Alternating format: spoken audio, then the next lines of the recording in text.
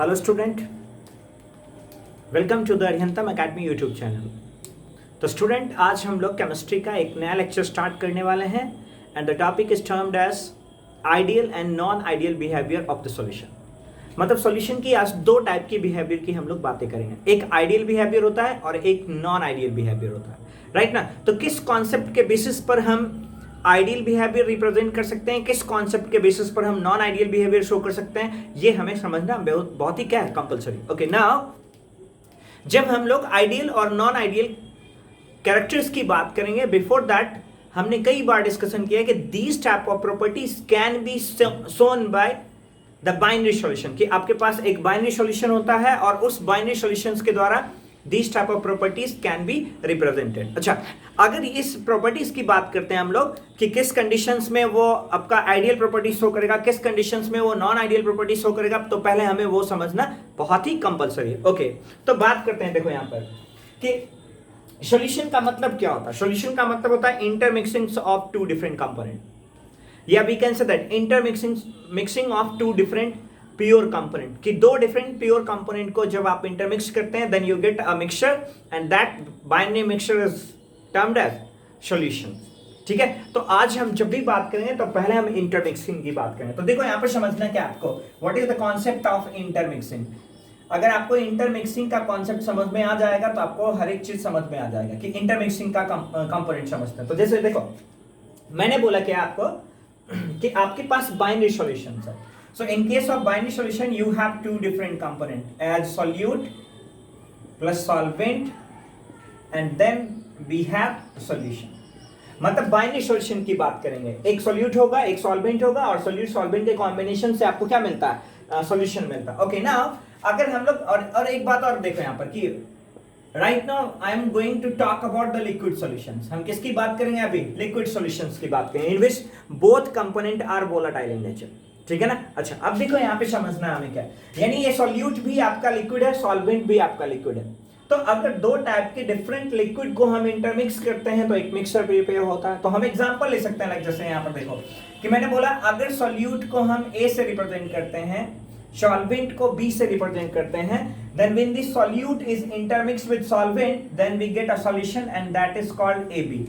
मतलब इसको रिप्रेजेंट करने के लिए हम AB कर सकते हैं। अब देखो यहाँ पे समझना हमें क्या है कि इसको समझने के लिए मैंने बोला क्या कि हम मान लेते हैं हमारे पास दो डिफरेंट बर्तन है, या दो डिफरेंट पॉट है, या दो डिफरेंट बीकर है।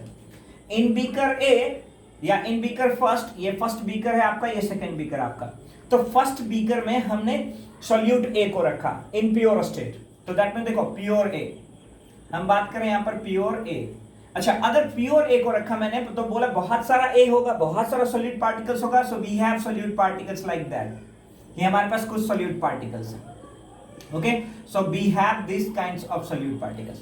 अब सेकंड जो हमारा पॉट है, या सेकंड जो हमारा बीकर है, उस सेकंड बीकर में हम pure solvent as a B रख रहे हैं। तो यहां पर आपका बी है pure, so that pure form of B. So in the pure form of B we have the number of particles as B. तो यहां पर आपके पास बी है, मैंने बोला यहां पर क्या है, हमारे पास बी है। ओके, हम बात करते हैं ये बी है। अब ना प्योर कंडीशंस में आपको क्या समझना है, देखो आपने पढ़ा होगा कि the particles of matter attract to each other and that type of attractions may be of different nature. ये डिपेंड करता है कि मॉलिक्यूल्स पोलर नेचर का है या मॉलिक्यूल्स नॉन पोलर नेचर का है। अगर मॉलिक्यूल्स नॉन पोलर नेचर का होता है तो आपने पढ़ा होगा क्लास 11th में कि उसके अंदर आपका वीक वैन डर वाल फोर्स ऑफ इंटरेक्शन हो सकता है, डायपोल लैंडन फोर्सेस हो सकता है, डिस्पर्शन फोर्सेस हो सकता है। बट अगर आपके पास मॉलिक्यूल्स पोलर होता है तो आप कह सकते हैं वहां पर तीन different type of force setup होता है। एक हमारा होता है क्या, डायपोल डायपोल फोर्स, दूसरा हमारा होता है क्या, डायपोल इंड्यूस्ड डायपोल फोर्स, तीसरा जो हमारा होता है वो होता है हाइड्रोजन बॉन्डिंग फोर्स। तो the nature of interaction force define the space between the particles, कि दो पार्टिकल्स के बीच में कितना स्पेस हो सकता है, या दो पार्टिकल्स के बीच में कितना फोर्स ऑफ इंटरेक्शन है, तो कितना एनर्जी या तो एब्जॉर्ब कर सकता है या कितना एनर्जी वो रिलीज कर सकता है। So all these behaviour of the particles depends upon the interaction force. तो बात करेंगे हम लोग क्या कि प्योर फॉर्मेट में जब हमने ए को एक साथ रखा, बी को एक साथ रखा, तो इसके बीच का कुछ इंटरेक्शन फोर्स काम कर रहा होगा, इसके बीच का कुछ इंटरेक्शन फोर्स काम कर रहा होगा। तो मैंने बोला क्या प्योर फॉर्मेट में और ए के बीच का फोर्स है, ये ए और ए के बीच का फोर्स है, यहां पर भी ए और ए के बीच का इंटरेक्शन फोर्स है। So these interaction force can represent as A. वैसे ही ये आपका भी प्योर फॉर्मेट है, तो प्योर फॉर्मेट में भी सॉल्वेंट पार्टिकल के बीच में कुछ ना कुछ इंटरेक्शन फोर्स होगा। तो मैंने बोला जो इंटरेक्शन फोर्स है यहां पर लाइक दिस, ऐसा कुछ इंटरेक्शन फोर्स है आपका, यहां पर कुछ ऐसा इंटरेक्शन फोर्स है। तो अगर हम बात करें यहां पर कुछ ऐसा इंटरेक्शन फोर्स है, then these type of interaction force can be represented as B and B. अब हम यहां पर क्या देखने वाले हैं, एक नया relation. Given this molecule A intermix with the molecule B, then the old interaction bond will break down and a new interaction force can set up. तो समझना है क्या आपको यहाँ पर देखो, जब हम इन दोनों को इंटरमिक्स कर रहे हैं, तो क्या हो रहा है यहाँ पर देखो, इनका अपना ओल्ड इंटरेक्शन फोर्स जो होगा वो ब्रेक डाउन होगा, एक नया इंटरेक्शन फोर्स बनेगा। जो नया इंटरेक्शन फोर्स बनेगा उसमें कुछ ऐसा अरेंजमेंट आपको देखने को मिलेगा। It is the particles of A, it is the particles of A, it is the particles of A, it is the particles of A, and the second particles will be that particles of B, particles of B, particles of B, particles of B। तो हम क्या देख पा रहे हैं यहाँ पर कि A और B, जहां पर old interaction force break down हुआ A और A के बीच में, B और B के बीच में जहां इंटरेक्शन फोर्स ब्रेक डाउन हुआ, वहीं पर A और B के बीच में एक नया इंटरेक्शन फोर्स क्या हो रहा है, सेटअप हो रहा है। तो यहां पर हम बात कर सकते हैं a new interaction force set between the solute solvent particles। ये कैसा इंटरेक्शंस है, solute solvent interactions है। So these solute solvent interactions can represent as AB interactions। तो देखो यहाँ पर ये आपका solute, मैं बात कर रहा हूं किसका, इंटरेक्शन फोर्स की। I am going to talk about the interaction force, right ना। इंटरेक्शन फोर्स में देखो क्या होगा आपका, solute यानी यहां पर एक इंटरेक्शन फोर्स है, solute इंटरेक्शन फोर्स, और यहां पर आपके पास क्या है, we have solvent interaction force. फिर क्या आपके पास, we have solvent interaction force. अब आपको देखो, that is the only reason of showing two different type of properties by the solution, यही रीजन होता है।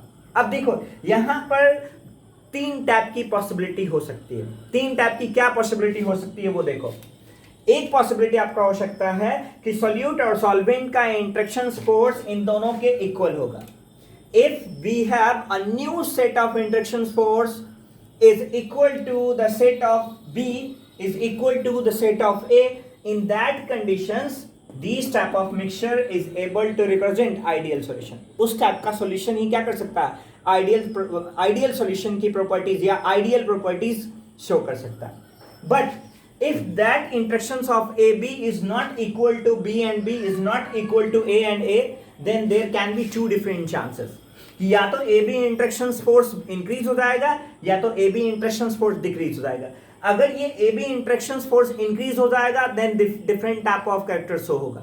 जब AB interactions force decrease हो जाएगा तो different type of characters show करेगा। यानी एक बार बढ़ा तो भी differentiation, एक बार घटा तो भी differentiation, एंड उन दोनों कंडीशंस में जो प्रॉपर्टीज होगा that will be the non ideal properties represented by the solution. Okay, कोई कंफ्यूजन तो नहीं होगा यहाँ पर। ओके, तो हम बात करते हैं यहाँ पर, देखो क्या कि मैंने बोला तीन पॉसिबिलिटी हो सकती है इंटरेक्शन फोर्स का। पहला पॉसिबिलिटी क्या हो सकता है, that A B is equal to A is equal to B and B.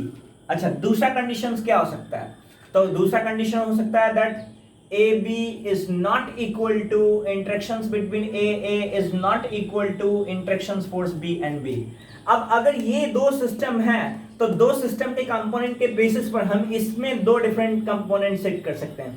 दो डिफरेंट कैरेक्टर्स क्या हो सकता है इसका, तो दो बातें हो सकता है, either AB is greater than interactions between A and A is greater equal than B and B, या दूसरा सेटअप क्या हो सकता है इसका, that interactions force between AB is less than interactions force between AA is greater equal to the interactions force B and B।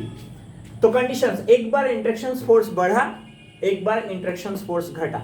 अगर interactions force बढ़ेगा या इंटरेक्शंस फोर्स घटेगा then the space between particle will change, and if the space between particle will change then definitely different type of characters shown by the solution will change. जैसे volume change हो सकता है, उसकी enthalpy of intermixing change हो सकती है। तो अगर वॉल्यूम चेंज हुआ, इंटरमिक्सिंग चेंज होगा, attraction force interaction force change हुआ तो उसका वोलाटाइल नेचर चेंज होगा। वोलाटाइल नेचर चेंज होगा तो उसका क्या, रेट ऑफ इवेपोरेशन चेंज हो सकता है। रेट ऑफ इवेपोरेशन चेंज हो सकता है तो फिर क्या चेंज हो सकता है उसका, आप कह सकते हैं उस कंडीशंस में उसका वेपर प्रेशर चेंज हो सकता है।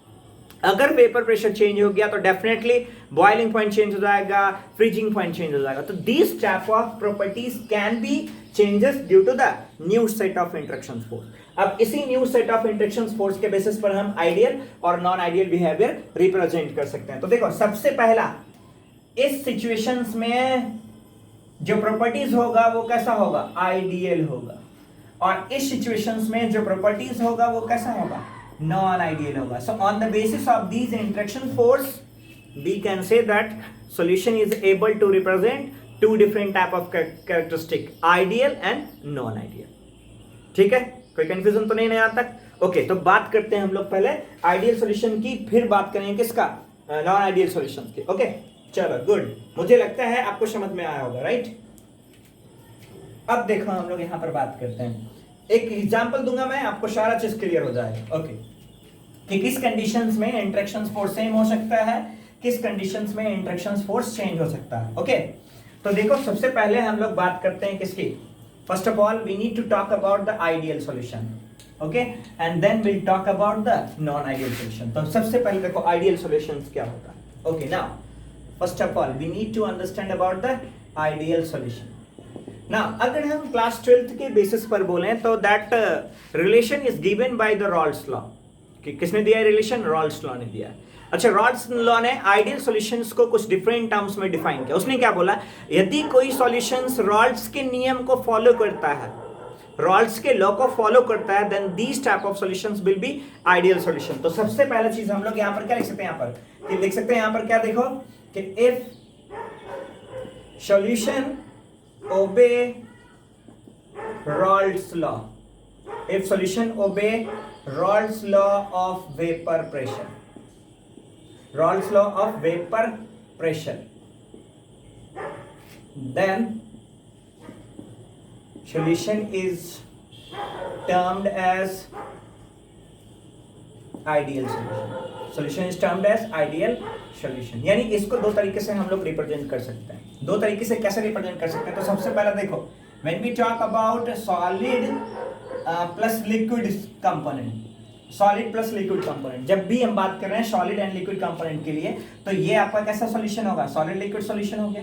अच्छा, सॉलिड लिक्विड सॉल्यूशंस में आपको मैंने एक चीज बताया था कि मान लो ये ए है आपका, ये बी है आपका, तो ये सॉल्यूशन कैसा होगा, ए बी सॉल्यूशन होगा।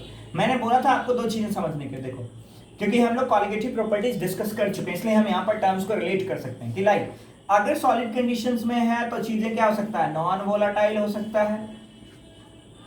अगर नॉन वोलाटाइल है तो नॉन इवेपोरेटेबल हो सकता है, नॉन इवेपोरेटेबल। अगर नॉन इवेपोरेटेबल है तो vapour pressure will not produce, vapour pressure will not produce.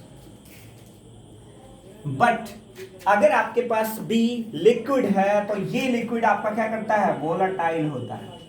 और अगर ये वोलाटाइल होगा देन इस सिचुएशंस में pressure is directly proportional to the volatile particle, तो ये क्या हो सकता है, वेपराइज्ड हो सकता है।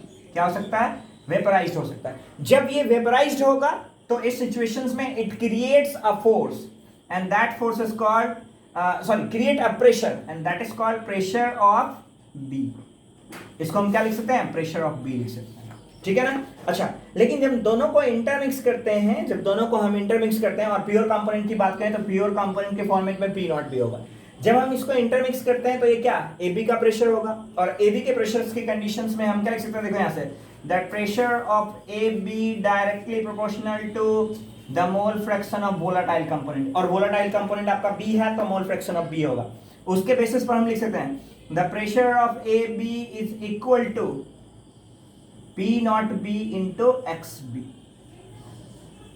मतलब प्योर कंपोनेंट के प्रेशर्स का प्रोडक्ट होगा कौन, mole fraction of that pure component, और इस दोनों के मल्टीपल के बराबर क्या होगा, pressure exerted by the solution. तो अगर इस फेनोमेना को फॉलो करता है तो वो कैसा प्रॉपर्टीज शो करेगा, आइडियल प्रॉपर्टीज शो करेगा। यानी इसके बेसिस पर हम क्या लिख सकते हैं, so we can say that pressure is directly proportional to the mole fraction of solvent and that solvent is represented by B. So in that case we can write pressure of solution is equal to P naught times XB. तो ये Rawls का पहला law है, किसके concept के basis पर, solid and liquid के concept के बेसिस पर। लेकिन when we talk about the what liquid component, तो इस कंडीशंस में देखो क्या हो सकता है। सेकेंड पार्ट लिक्विड कंपोनेंट्स की बात करते हैं। In case of liquid plus liquid component, तो ये आपका एल सॉल्यूशन है। और लिक्विड सॉल्यूशंस में रॉड्स के साथ साथ डाल्टन्स के लॉ को फॉलो करते हैं। जब हम रॉड्स के साथ डाल्टन के रिलेशंस को फॉलो करते हैं तो उस कंडीशंस में क्या होगा, यहाँ पर देखो कि अगर आपके पास एक कंपोनेंट प्योर कंपोनेंट आपके पास सॉल्यूट है प्लस प्योर कंपोनेंट आपके पास सॉल्वेंट है, तो दोनों को इंटरमिक्स करके क्या बनाते हैं, सॉल्यूशन बनाते हैं। और इस सिचुएशंस में क्या होगा, देखो यहाँ पर कि सेपरेटली हम सॉल्यूट का प्रेशर फाइंड आउट करते हैं। तो देखो फॉर सॉल्यूट, क्योंकि बोथ आर वोलेटाइल, तो for solute what we can say that, अगर ये आपका A है ये आपका B है, तो यहाँ पर लिख सकते हैं that PA is directly proportional to the mole fraction A, क्योंकि ये भी वोलेटाइल। उस सिचुएशंस में क्या होगा, that PA is equal to P nought A into XA। Same चीजें जब हम B के बारे में बात करते हैं, for when we talk about the solvent, तो इस कंडीशंस में pressure exerted by B directly proportional to the mole fraction of B। मतलब if both component of the solution is volatile in nature, in that case we can say that pressure is directly proportional to the mole fraction of the volatile component। इसलिए एक मोल fraction A का होगा, एक mole fraction B का होगा। उस concept के basis पर हम लोग क्या लिख सकते हैं, that PB is equal to P not B into XB। अब देखो आपको when these solutions is able to represent ideal properties or ideal characters, in that conditions after intermixing that will be the pressure of solution। so इस conditions में pressure of solution must be equal to pressure exerted by A in pure form plus pressure exerted by B in the pure form, that must be equal। और इस situations में क्या हो जाएगा, that PS is equal to P naught A into mole fraction of A plus P naught B into mole fraction of B। तो इस type की properties को फॉलो कर सकता है। अगर इस टाइप की प्रॉपर्टीज को ओबे करता है, फॉलो करता है, जहां पर आप लिख सकते हैं that P total is equal to PS is equal to PA plus PB individually, then this type of law can be obeyed by ideal solution। ठीक है ना। तो रॉल्स लॉ के बेसिस पर तो एक ही यही कर सकते हैं। आफ्टर दैट हम जब इंटरेक्शन फोर्स की बात करते हैं तो इंटरेक्शन फोर्स हमारा सेकंड कैरेक्टर्स होगा, तो वहां पर हम लोग लिख सकते हैं क्या, कैरेक्टर्स ऑफ आइडियल सॉल्यूशन। तो देखो दूसरा चीज हमारे पास characters of ideal solution, take a screenshot. Okay now हम लोग अब बात करेंगे क्या, कैरेक्टर्स ऑफ आइडियल सॉल्यूशन। तो अब देखो यहां पर कि कैरेक्टर्स ऑफ आइडियल सॉल्यूशन की बात करते हैं तो सिचुएशंस क्या होगा हमारी, तो सिचुएशंस देखो क्या हो सकता है ना, बात करते हैं, देखते हैं सिचुएशंस क्या हो सकता है, सिचुएशंस क्या हो सकता है। ओके अब देखो यहाँ पर जब बात करते हैं हम लोग किसकी, कैरेक्टर्स ऑफ आइडियल सॉल्यूशन का, character of ideal solution, ideal solution. तो कैरेक्टर्स ऑफ आइडियल सॉल्यूशन में सबसे पहला चीज क्या बोला हमने, सबसे पहला चीज हमने बोला the solution obey Raoult's law. तो हम लोग लिख सकते हैं क्या, the solution obey Raoult's law. अब अगर ये रॉल्स लॉ को ओबे करेगा तो दो बातें हम लिख सकते हैं, क्या लिख सकते हैं, that means pressure of solution is equal to P nought into mole fraction of solvent, या लिख सकते हैं क्या, that P total must be equal to PA plus PB। ये वोलेटाइल लिक्विड के लिए काम करेगा, ये वोलेटाइल लिक्विड के लिए काम करेगा, और ये मतलब ये लिक्विड सॉल्यूशन के लिए ओबे होगा। किस सॉल्यूशन के लिए, लिक्विड सॉल्यूशंस के लिए ओबे होगा। और ये किसके लिए ओबे होगा, ये सॉलिड लिक्विड सॉल्यूशंस के लिए ओबे होगा, सॉलिड लिक्विड सॉल्यूशंस के लिए ओबे होगा। ठीक है, सेकंड पॉइंट हम लोग क्या लिख सकते हैं, तो देखो मैंने क्या बोला था कि pure component in the pure form of A they have a kinds of interaction force, in the pure form of B they also have a kinds of interaction force, but when these two type of pure component intermixed with each other, then they try to break the old interactions force and try to set a new interactions force. Now if the magnitude of interactions forces as earlier is equal to after dissolution, then this type of solution is able to show ideal properties. अब हम कहते हैं क्या कि that interaction force is nature dependent force, कि वो nature पर depend करता है, नेचर ऑफ मॉलिक्यूल पर डिपेंड करता है. और जब भी हम बात करते हैं या कंपोजिशन ऑफ मॉलिक्यूल पर डिपेंड करता है, तो दुनिया में कोई भी ऐसा दो कंपोनेंट नहीं है जिसका कंपोजिशन एक जैसा होता. अगर कंपोजिशन एक जैसा नहीं होगा तो इंटरेक्शन फोर्स भी एक जैसा नहीं होगा. But that interaction force may be nearly equal. वो इंटरेक्शन फोर्स क्या हो सकता है? मे बी नियरली इक्वल हो सकता है. अगर इंटरेक्शन फोर्स में भी नियरली इक्वल होगा, then we can say that after intermixing of those type of component the solution will be nearly ideal to the properties. Nearly ideal to the properties, इसलिए हम लोग बात करते हैं यहाँ पर तो लगभग नियरली आइडियल की बात करें तो यहाँ पर क्या होगा, दूसरा कैरेक्टर्स जो होता है हमारे पास, वहां पर हम क्या लिख सकते हैं, तो द इंटरेक्शन फोर्स यानी solute interactions is equal to, we are going to talk about the interactions force. किसकी बात कर रहे हैं यहाँ पर? interactions force की बात कर रहे हैं. interactions force तो is equal to या nearly equal to solvent is nearly equal to solute and solvent. ठीक है ना. अच्छा, यानी कि A और A का जो इंटरेक्शन फोर्स होगा वो नियरली इक्वल हो सकता है B एंड B का, वो नियरली इक्वल हो सकता है A एंड B का. अगर ऐसा सिचुएशन है then this type of solution is able to represent ideal property. अच्छा, अब एक बात और देखो, यहाँ पर हम लोग कहते हैं क्या, इंटरेक्शन फोर्स बिटवीन, ये समझना आपको compulsory, interaction force between two molecule depends upon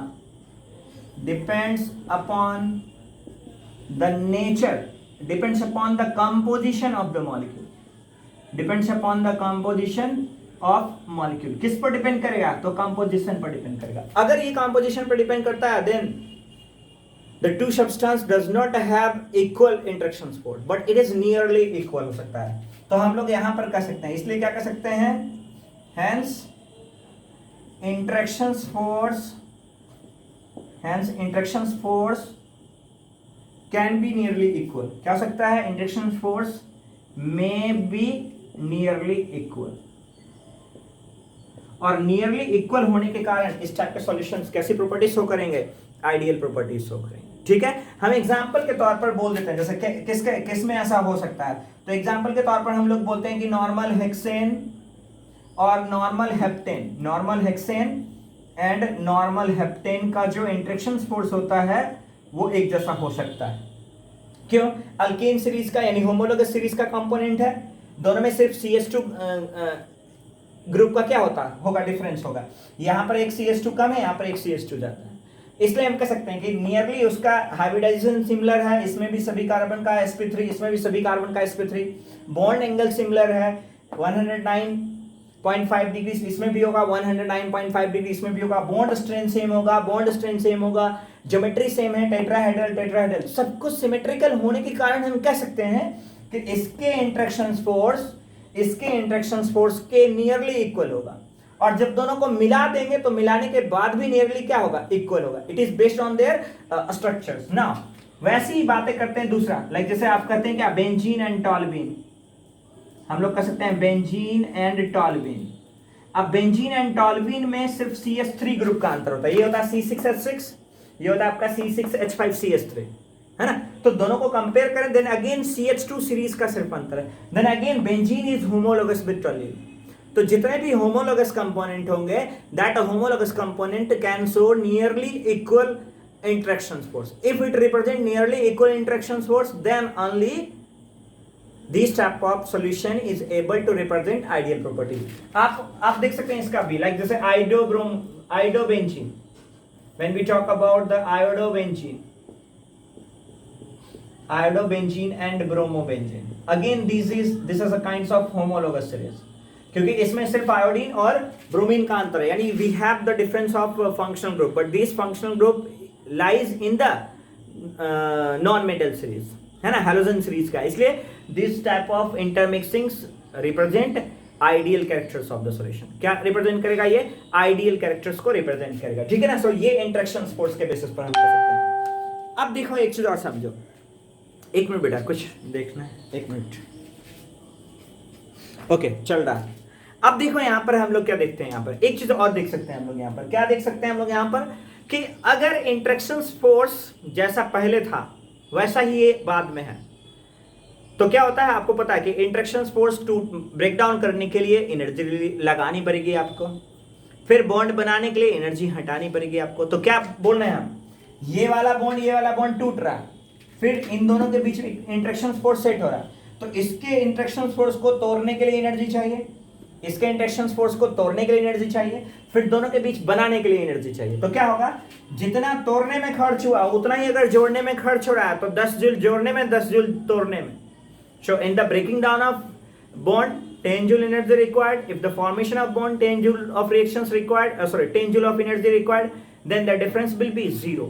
तो हम लोग क्या देखते हैं कि इंटरेक्शन फोर्स आइडेंटिकल होने के कारण energy neither absorb energy nor release, तो neither endothermic process nor exothermic process. इसलिए इंथैल्पी ऑफ मिक्सिंग भी क्या हो जाएगा, 0 हो जाएगा। इंथैल्पी ऑफ मिक्सिंग क्या होगा, 0। तो तीसरी प्रॉपर्टीज देखो हमारे पास, तीसरी प्रॉपर्टीज हम क्या लिखते हैं यहाँ पर, देखो सभी चीज इंटरेक्शन फोर्स पर डिपेंड करते हैं। तो तीसरा पॉइंट देखो यहाँ पर, तीसरा बातें हम लोग जो करने वाले हैं अभी, तो तीसरी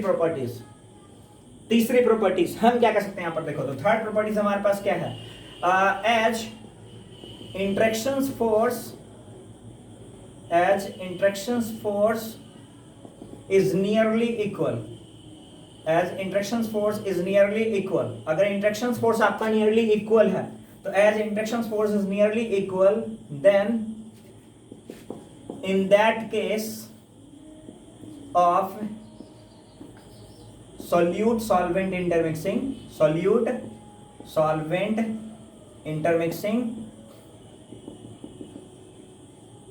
neither heat is released nor heat is absorbed, not heat is absorbed। That means इस कंडीशंस में क्या हो जाएगा, H1 is equal to, यानी enthalpy, that means enthalpy before intermixing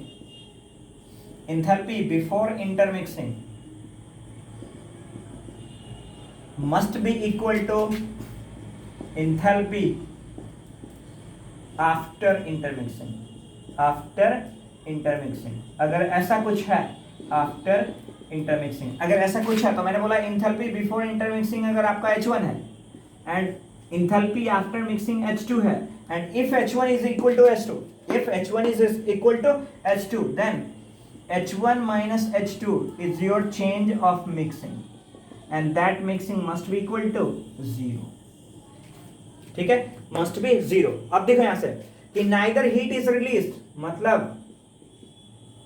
exothermic भी नहीं होगा, नॉर हीट इज एब्जॉर्ब, मतलब एंडोथर्मिक भी नहीं होगा। So this type of behaviour can be represent by the ideal solution, और ये हमारा क्या होता है, उसका कैरेक्टर्स होता है। चौथा एक चीज और देख लेते हैं हम लोग, क्या देख लेते हैं, एक चीज और देखते हैं, क्योंकि अभी तक कुछ भी चेंजेस नहीं आया। ठीक है, चौथा जो है हमारा वो क्या है, वॉल्यूम। क्या होता है, वॉल्यूम। अब देखो यहां से क्लियर है ना, सो टेक अ स्क्रीनशॉट बेटा, sorry take a screenshot. Okay चलो नेक्स्ट, फोर्थ प्रॉपर्टीज। तो फोर्थ प्रॉपर्टीज में देखो क्या होता है, फोर्थ प्रॉपर्टीज में क्या बोलते, देखो यहां पर कि यानी आपके पास एक कंपोनेंट में ए था प्योर कंपोनेंट में, और दूसरा आपके पास बी था प्योर फॉर्मेट में। प्योर फॉर्मेट में क्या है आपका, बी है। अब मैंने बोला क्या, इसका लीटर V1 है, इसका लीटर V2 है, तो हम क्या देख सकते हैं, वॉल्यूम बिफोर इंटरमिक्सिंग,